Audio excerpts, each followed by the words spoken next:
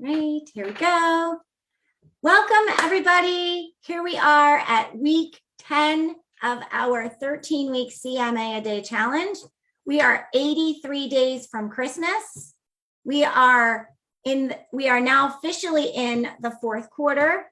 And tonight I am interviewing Dayton Schrader, who is a top producing loan officer and real estate agent in Minnesota. He doesn't want to be in mortgage. And Dayton, tell us a little bit about yourself. Tell us how you're doing CMAs and how you keep the process simple. So first, tell us about yourself. Well, Tammy, thank you very much for the invitation. I love being on this call and love being a part of the course. So I'm more than happy to help out and see if I can help you with your realtors instead of just trading a donut for a deal. Maybe bring some value to those relationships and help them do a little bit better and grow their business as much as they want. Actually, I'm in San Antonio, Texas. Jay's in Minnesota. And okay. I was reversing it. No, and that's okay. Great guy. Love him. But I'm in San Antonio, Texas. I've been here all my life. This is my 39th year in the business. It's all I've ever done. First house I sold was Super Bowl Sunday, 1982. And I've been at it ever since. And so coming up on my 40th anniversary in the business. Wow, Had a blast. wow. Struggled. Yeah, no, it's been fun. I say it was fun. The first 10 years was brutal. I struggled. Interest rates were 16 or 17%. I didn't have a clue what I was doing. People were nice to me when I was a nobody, and I just hung in there long enough, and I didn't have anywhere else to go, and didn't have any other skills. And so I just managed to hang in there long enough and kind of start figuring it out and got a little bit better, and the economy improved and my business improved, and we've been on a pretty good run ever since. So I love listings. I get it. I learned that early on that listers last. I can manage back then, 6, 8, 10, 12, 15 listings. I can't manage that many buyers. There's just not enough hours in the day. The demands are too high. So I promise you, there's nothing better than getting a bunch of listings and let everybody else drag the buyers around and field multiple offers and things like that. So, people say to me all the time, how do I get more listings? And my short kind of smart ass answer is, well, sell houses for about 10 years. And then people will start calling you back and they'll say, you don't remember us, but you helped us buy this house. We've had 2 more babies, or we've grown, or got a promotion, or whatever. And that's a great plan if you've got nothing to do for the next 10 years and you can just continue to put buyers in houses. But most people don't have that kind of patience. And so I think the next best way to get listings is going to be creating and cultivating and curating your VIP list. You've got a bunch of relationships, you've got a database. People tell you got to work on your database, and I absolutely believe that to be true. But even if you have put together a great database, it could be years before that really turns into something. Those people already know half a dozen other agents that are also nice and kind and have a servant's heart. So you haven't really differentiated yourself any. But getting to the VIPs, the most influential, the best, the mavens and connectors in your world, people that know you, like you, trust you, people that you share values with, people that don't see you as competition. They want to see you prosper and they're happy to help you out. Those are the people that you want to align with. And the faster you can get to that group, then the faster you're going to be more productive and generate more leads and referrals. And so it took me a long time to figure that out. Asking. I'm sorry, Jamie. Where do you find these influential people? You've got to go through your database in your phone. And I would challenge most people, you're probably 10 to 20 people away from doubling your business. And whatever that number is right now, 10 to 20 people away. And I think you already know half of those people. You just have not had that grown-up conversation with them and really reached out, identified them as a VIP, vigorously intentionally pursued a relationship with them, and established yourself as their go-to person to be number one on their Rolodex. They've got the wherewithal, they've got the influence, they've got whatever you need to put their arm around you and say, Tammy's my guy. She's going to take great care of you. Don't argue with her. Do whatever she says. And that is gold. And if you can get CPAs, financial planners, industry and non-industry professionals to refer you with that much advocacy, you're going to do really well. Your closing percentage is going to go up dramatically. You're still not going to get them all, but you're going to do way better. And so the first step is to go through your phone or your database or whatever CRM you have and identify the most influential people that you have access to. Now, you can list a bunch of doctors, but doctors aren't going to call you back. Doctors aren't going to hang out with you. They're not going to happy hour with you. You need to identify people that you've got access to, people that want to align with you, people that don't have 20 other realtors already on their Rolodex, and so on. So you got to sift through that, and you got to be willing to be turned down. You got to be willing to hear no every once in a while and just get past it and get over it and find a yes in there. But really pursue that relationship and establish yourself as a reliable subcontractor, somebody who's an extension of their practice, somebody they can count on, somebody who's going to represent them well, take great care of your mutual clients, and bring them back in one piece. And so that's a whole nother conversation, but that's the short answer to how do you do that, and how do you, instead of waiting 8 or 10 or 12 or 15 years to have clients calling you back, it is to identify those referral partners that can put their arm around you, endorse you, refer you the way you want to be referred, and create some opportunities for you.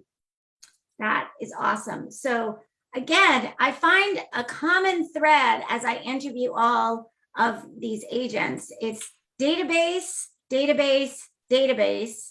And from what last I remember, it doesn't cost anything to use your database. It's just time. It's sweat equity.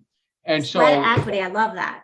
And that's what it is. And they're in your phone already. Now, all you've got is a name and a phone number. You got to go to the tax rolls and get their address. You got to have to find their email address somewhere else. So it takes time. But from a flat-footed start, if you made a commitment to add 20 names a day to your database, if you bought Top Producer or some other CRM, and you said 20 names a day, in a month, you could have a 400-person database. Well, what our goal right now is we have 20 working days in October. So if everybody can commit to doing one CMA a day, that's our challenge. It's a CMA a day. Doing one CMA a day, that's 20 CMAs. Even if that person might not be in the market for a house now, maybe you could just do a CMA for them and show that maybe they might know somebody. They might take that back to their office and hand it to one of their colleagues who's struggling or who's frustrated or who mentioned that. And you can say, this is for, you can make it generic or you can make it very specific. Obviously, you don't want to violate confidences, and somebody might not want to show their $800,000 or $900,000 house to their cohort or something like that. So that's kind of a delicate thing, but it's not a bad idea. And part of it is you got to be willing to say, I'm looking for work.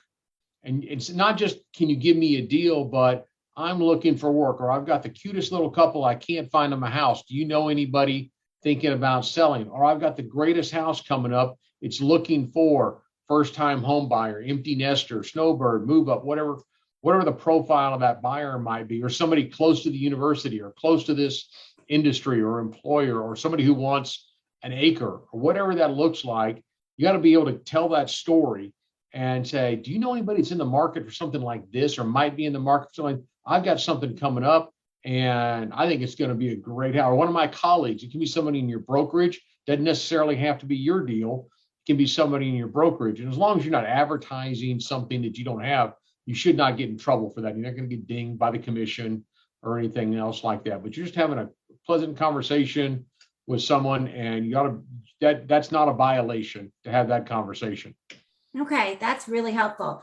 Now, for some of my newer agents who listen to us, they're always afraid of, I feel like they have reasons why they can't do things, reasons why their database isn't big enough, or their family's only so big, or they just, move to the area. So if you got picked up and dumped into like North Carolina somewhere, how would you reestablish yourself? How would you start your business over with listings? Where would you start? Okay, that's a great question. So I love Jack Welch. He used to run GE. Yep. And I think more people in the Northeast would know who that is than in other parts of the country. But anyway, great businessman, great author, really tough guy. One of his best lines was, if you don't have a competitive advantage, don't compete.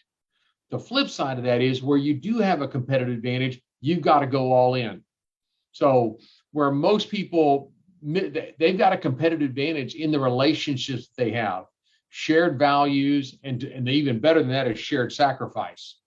But at the very least, shared values. So whether that's a church, an affinity organization, an alumni association, a school, a geographic area, a farm, or something like that, you've got shared. If you live in that neighborhood, you're instantly credible. If your kids go to that school, you've got an advantage over somebody who doesn't go to that school, whether it's church or alumni associations, and certainly within your sphere of influence, your network, your friends and family, their friends. You're only 1 or 2 degrees of separation from a lot of those people.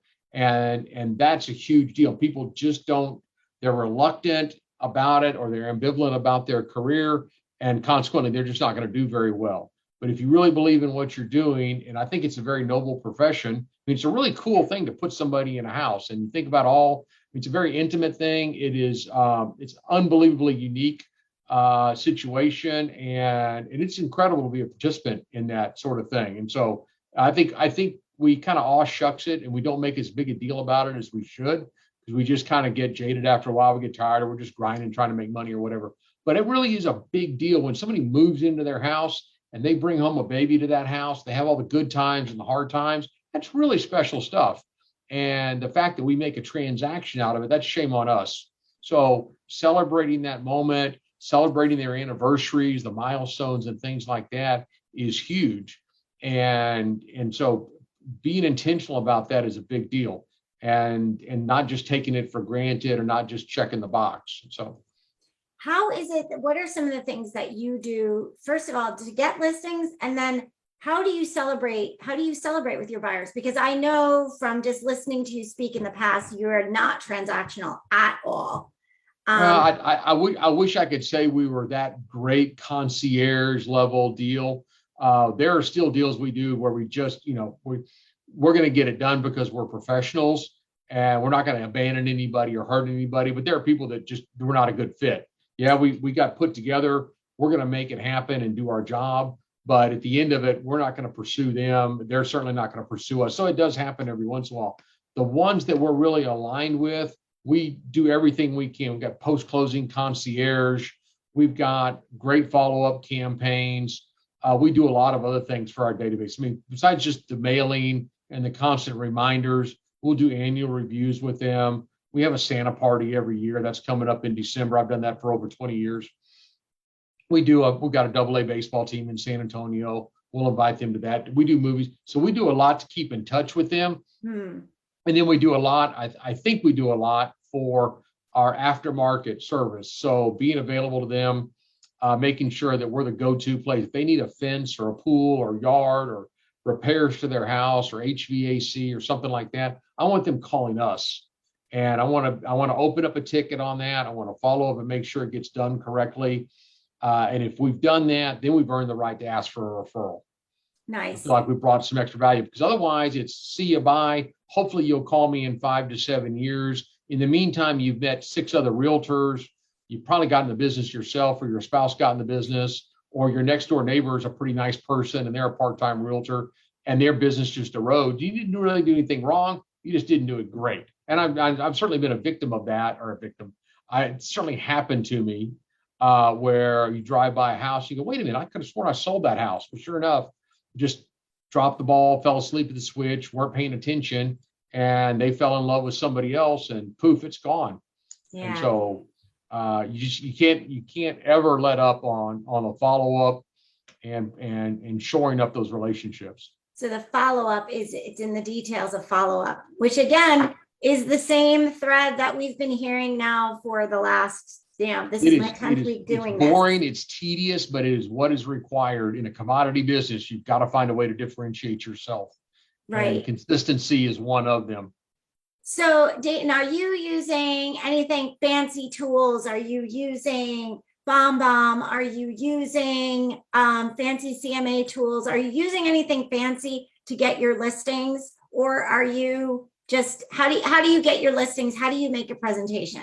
Because I know some of my people get caught up in technology. Oh yeah, and they just continue to sharpen their pencils and stack their paper up, and they don't ever actually do anything. So I mean, we've tried different stuff. We've seen pretty brochures and all that sort of thing. I'm pretty old school. So for example, a listing appointment coming up, I've got a great team. I've got a great checklist. So I can close my eyes and open up that folder. I know exactly what's in it, what order every single time.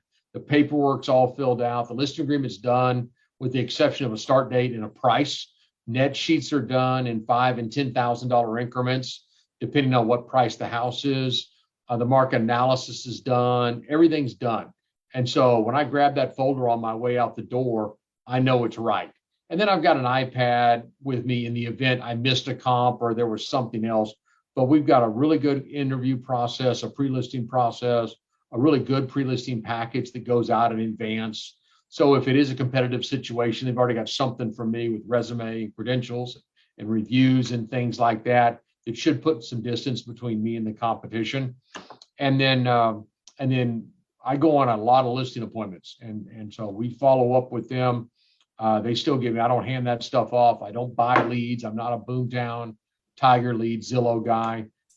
It's all referral based. So a great database that we've curated for a very long time. And then I've got some great referral partners that send me 2 or 3 deals here. And that's the biggest difference between me and a lot of people.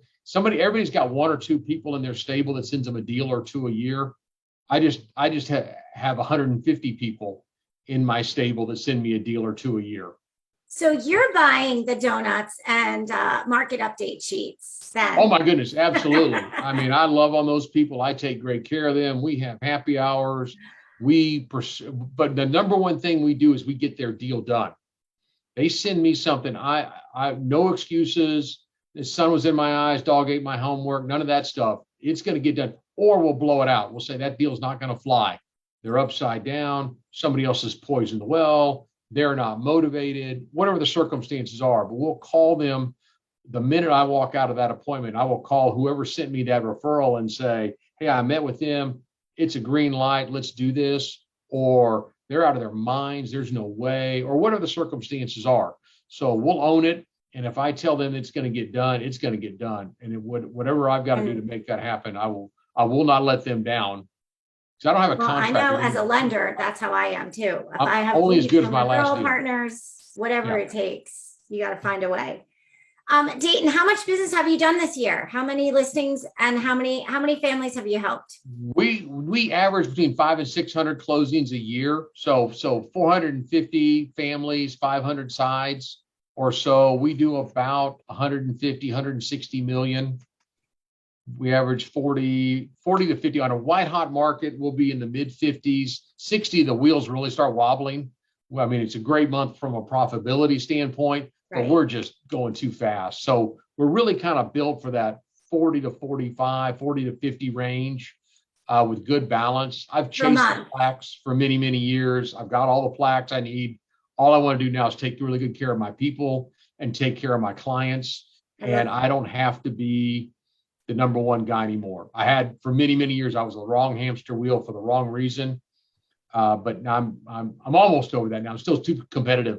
I can't help it. And so, but we'll do around 500 sides. We'll do about over 4 million in fees this year, 4 to 4.5 million. Wow. And we'll do 150, 160 million. Our price point's creeping up a little bit. When I started, my average deal was about $60,000, and now it's 300. 13% interest rates. Yeah, well, a combination. Probably the same payments. Yeah, exactly. Right now, our cost of interest or cost of funds is cheaper than taxes and insurance and HOA fees. So, and we got a great economy in San Antonio. Lots of very robust, very diverse. And so we've been really blessed here. It's been a great run. It's the biggest small town in the world, and we've been hitting hard for a long time. That is awesome. So 40 to 50 families per month. Guys, Did you hear that? 40 to 50 families per month. And he doesn't pay anyone for that. He just sharpens his pencil and he calls his database. I get one big takeaway from everybody that I've interviewed. And I love that you have referral partners, because if someone can relate to that more, as a lender, that's my whole thing. So I love that you have referral partners and you love on them. So CPAs, financial planners, HR people, business people are and then they feed you. In industry and non-industry referral. So for your industry, you've got a realtor that sends you 2 or 3 deals a year. Well, if you get 1, you can get 2. You get 2, you get 5. 5, you get 10. And then you get that 2 or 3 deal a year agent, and you turn them into a 10 or 12 deal a year agent, or a 20 deal, or you work with it. And that's the same thing we've done. Is just, except I don't have lenders to feed me. I got a few lenders that refer us, and I got one of my guys gets a ton of business from the lender because he knows the lenders know he will protect their flank. He's not going to take them straight to a builder and lose that loan to a builder and say, hey, thanks, I'm sorry it didn't work out, but they beat you by a point.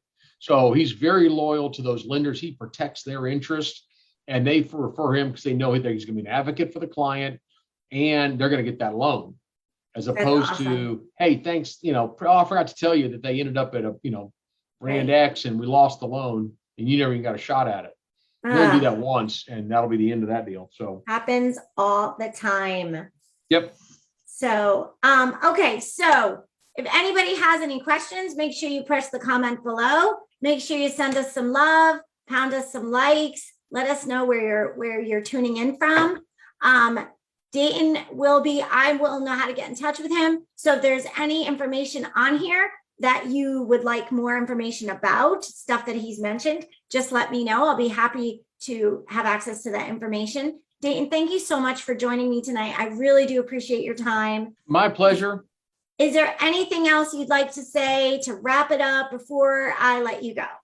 No, I'll tell you, I just for your audience and your realtors and the people that are listening to this, again, Tammy's trying to build her book of business. If you can refer her the way you want to be referred, don't hand out 3 cards. That's ridiculous. There's no value in that. So refer her the way you want to be. She's the best loan officer in our market. She's going to take great care of you. She knows the product. She knows the systems. She's going to make it happen for you. That's the way we want to be referred. So if there's an opportunity for her to earn a greater share of your wallet, I think that was tremendous. If there is a friend or a colleague that you think might be a good fit for her, somebody that's not a drama queen, but you think somebody that's a good producing agent, I think she's earned a cup of coffee to sit down and visit with you.